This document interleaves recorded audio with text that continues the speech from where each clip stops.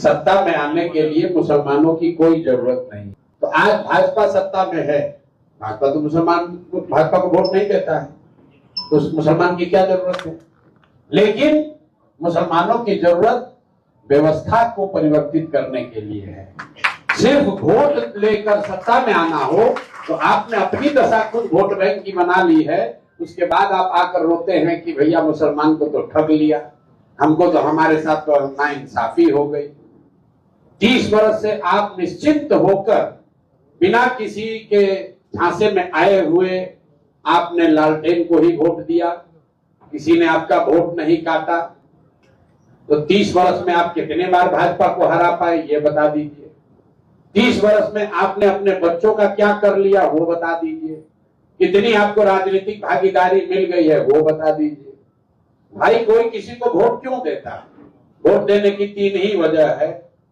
या तो आप अपना विकास करना चाहते हैं, दूसरा आप राजनीतिक भागीदारी चाहते हैं, तीसरा आप अपने राजनीतिक विरोधी को हराना चाहते हैं। इन तीनों नजरिए से आप जरा अपने 30 वर्ष के अपनी समझ और अपने वोट देने की प्रवृत्ति को जांच लीजिए। तो मेरे भाई विकास का हालत ये है कि हमको कहने की जरूरत नहीं है, सच्चर कमेटी पढ़ने की जरूरत नहीं है। आप खुद जानते हैं कि बिहार में दलितों के बाद अगर सबसे ज्यादा कोई गरीब बदहाल फटेहाल है तो मुसलमान ही है। तो 30 वर्ष से तो आपको विकास तो नहीं मिला है, इस पर तो कोई बहस नहीं कीजिएगा। दूसरा अब आ जाइए राजनीतिक भागीदारी की बात। तो भैया आप लोग राजद को वोट देते हैं, आपके आबादी के हिसाब से बिहार में आपको 40 विधायक आपका होना चाहिए, है 19 सारे दल मिलाकर, जिसको आप सेकुलर कह रहे हैं, सारे सेकुलर दल मिलाकर 19 विधायक हैं।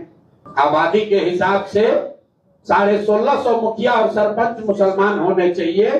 1200 से कम मुखिया ही इस राज्य में मुसलमान से आते हैं। आबादी के हिसाब से 27,500 वार्ड सदस्य मुसलमान होना चाहिए। 11,000 से कम मुसलमान ही वार्ड सदस्य हैं। अब आप हमको जवाब दे दीजिए कि आपके बच्चे, आपके समाज के लोग वो क्यों नहीं मुखिया लड़े, वो वार्ड सदस्य क्यों नहीं बने?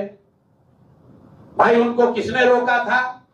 उनको उस मानसिकता ने रोका है जिसकी आप इतनी तरफदारी कर रहे हैं। क्योंकि आज से 30 वर्ष में लालू जी जैसे पार्टियों ने आपको ये बता दिया कि आप अल्पसंख्यक हो, जीना चाहते हो तो हमारे पीछे रहो, लालटेन में किरासन तेल बनकर जलते रहो, खुद खड़ा होने की कोशिश मत करना। और आपको समझ में भी नहीं आ रहा।